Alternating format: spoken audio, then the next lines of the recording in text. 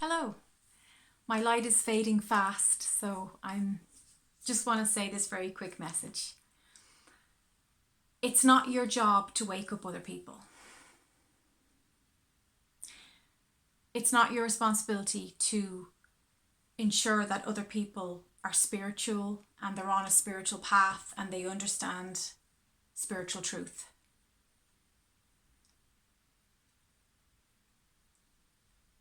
You're not here to crack people open or to stun them out of their unconsciousness.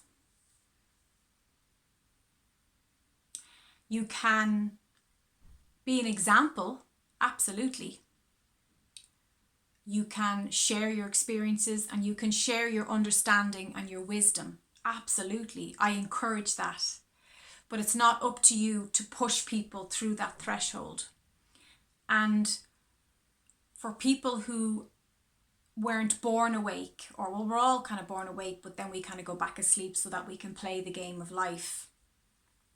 For people who are, well into their life and they're still very unconscious. And you might see this with the older generations because there was much heavier programs around at that time that kept people unconscious.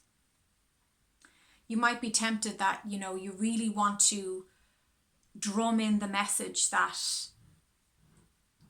they're asleep and that there's more to life and that there's a deeper meaning to all this, but it's not. You really don't have the power to wake people up from that place, because if you look at the intention behind that, it's actually control. And a message I've been getting a lot in the last few weeks with people is, mind your business. Mind your business. Other people's spiritual lessons, it's none of your business. Now, if people come to you as a healer, as an intuitive counselor, a soul coach, that's different because they're coming to you and they're asking you to read their energy and to shed light on where they are unconscious. That's very, very different. But what I'm talking about here is in general conversation with your colleagues, with your friends, with your family. It's really best for you and for them if you don't go around wagging the finger and telling them that, they're unconscious, they're asleep. Because if you really look at that intention, it's actually your ego. It's actually your ego masquerading as this spiritual master, trying to shake people out of their dream. And no amount of shaking will wake them up, because their awakening, their enlightenment is divinely inspired. It's divinely timed. Source is in charge of when people wake up and how they wake up. And they're not going to wake up because you've read this book or because you know this and you know that. They're going to wake up because usually a catastrophe happens in their life where they have to actually strip away the material attachments or limiting beliefs and actually sit with themselves.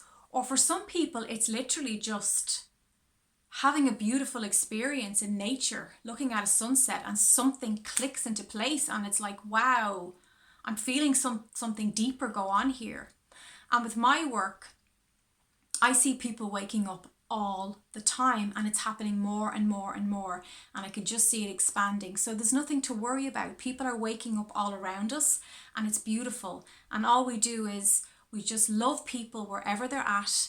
We respect them and we listen, whatever's going on, even if it's unconsciousness.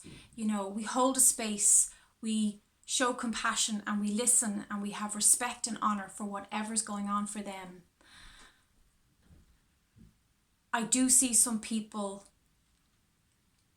wrapping their ego in a spiritual scarf and saying, oh, you need to do this, you need to do that, giving out orders or being disrespectful of other people's present experience. And it's all worth it.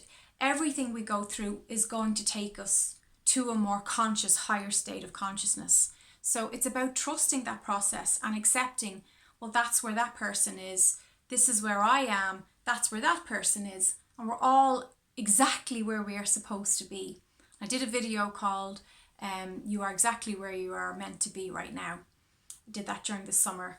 And if you're feeling that you're not quite where you want to be, I advise you to go through the videos and look at that video, because that was a very, very powerful channeled message as I was walking through nature. And it's a great reminder that everything's okay. You know, your friend who you think is asleep, is unconscious, they're okay. Everybody's okay. We're all doing our best. We all are where we need to be. You know, all is well. And I want you to really drink that in. All is well, my friend. Namaste.